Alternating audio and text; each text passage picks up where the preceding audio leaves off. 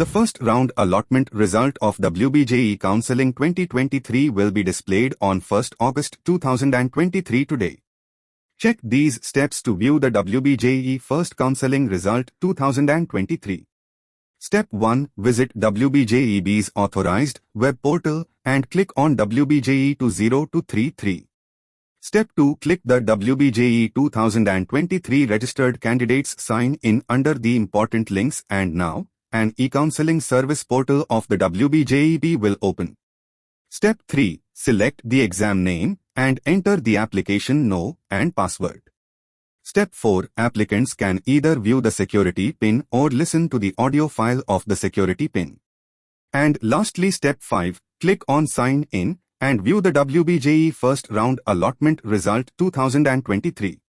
For more details on WBJEE 2023, check out our website at www.getmyuni.com by clicking the link in the description.